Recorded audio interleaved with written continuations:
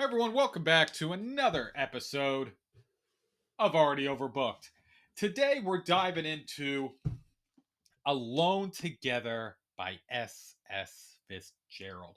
This is a brutal, apocalyptic survival thriller that feels like The Walking Dead met World War Z at the end of the world and then went through and punched you in the face with some emotional trauma. This one is the newest book I've read in this genre, and I'm here to tell you all about why it delivers. So let's go through and jump in and talk about Alone Together. So let's start out with this summary. Alone Together drops us straight into the apocalypse of society.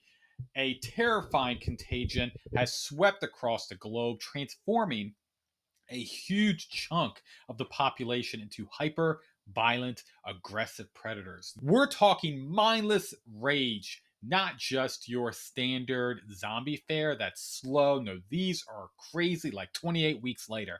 And in the middle of this chaos is a group of survivors trying to navigate through devastation, emotional wreckage, and the gnawing fear that maybe there's nothing left to rebuild.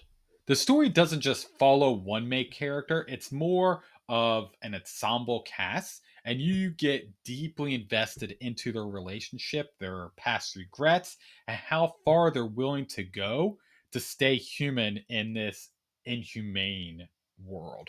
So let's jump into the writing style. S.S. Fitzgerald has a style that's grounded, yet it feels alive. You're not going to get overwritten descriptions here. What you will get is sensory details that really hit hard. You feel the blood, you feel the dirt and the panic in the air. It's gritty, it's punchy, and it moves so fast.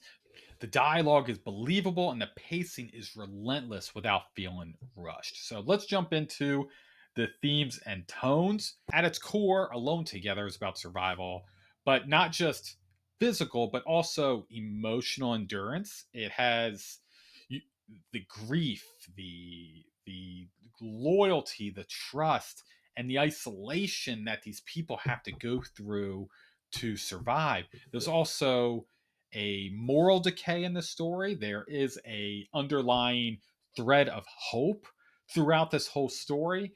The characters are constantly confronted with the choice to give into their despair or find a way, really any way, to hold on to that humanity. The title of Alone Together isn't just about proximity, it's about emotional disconnection, even when you're side by side with someone else also just trying to go through and survive. So, jumping into the pros and cons, of course, let's start with the pros. There's relentless pacing. You won't want to put this book down. I said one more chapter for about 2 hours of going through and reading this book. I constantly was like, oh, yeah, one more chapter. Oh, one more chapter. It just, you did not want to stop. It left you wanting more, and it was so engaging and so much fun. There's also a big emotional arc. The relationships hit hard, especially when certain sacrifices happen, and it hurt. Like some of these characters got so invested to, you really was like, okay, this could be a long-standing character, and then they die, and it hurts, and it hurts all in the right types of ways. The world building's fantastic. It's gross, it's grim, but yet it's believable. And it's so much fun and it feels lived in. It feels like our own and it's so good. Some of the cons, even though the world building was great, I could have used a bit more in certain spots. I wanted more context in the global situation. I wanted a little bit more understanding of the environment that these people are in. It was well done, but there were some areas I just wanted just a tad bit more.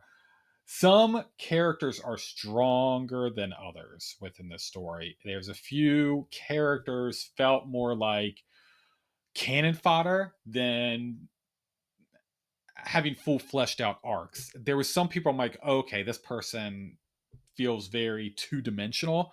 So I know they're going to die soon, and then they just go through and die. So I kind of knew some people, um, but that's kind of a potential opportunity within this book. The last con, if you don't like zombie apocalyptic kind of stories, this one's definitely not going to be for you. This You get thrown into this, and it gets crazy. So let's jump into my final thoughts. The book knows exactly what it is and does not try to be anything else. It's bleak but not hopeless. It's fast paced but thoughtful. And it generally surprised me a couple of times, which is rare in this type of genre. I ended up going through and giving Alone Together a 9 out of 10. I love this book. It was so much fun. I need more. And I'm very excited because the author has gone through and mentioned that book two will be available later on this year. So we're only going to have to wait a few more months for this book, uh, or book two. You're only going to have to wait a few more months for book two. Honestly, if you like thrillers with high stake, strong emotional undercurrent, and just enough gore to make your stomach turn, you need to go through and pick up this book. I promise you, you're not going to regret it. It is a great page turner. So let me know down in the comments, are you into apocalypse stories? If so, what is your favorite? If you are not into those types of stories, let me know what kind of thriller books you like. I'm always interested in checking out different types of subgenres within the thriller genre. So thank you so much for watching. Don't forget to like, subscribe. You know what to do.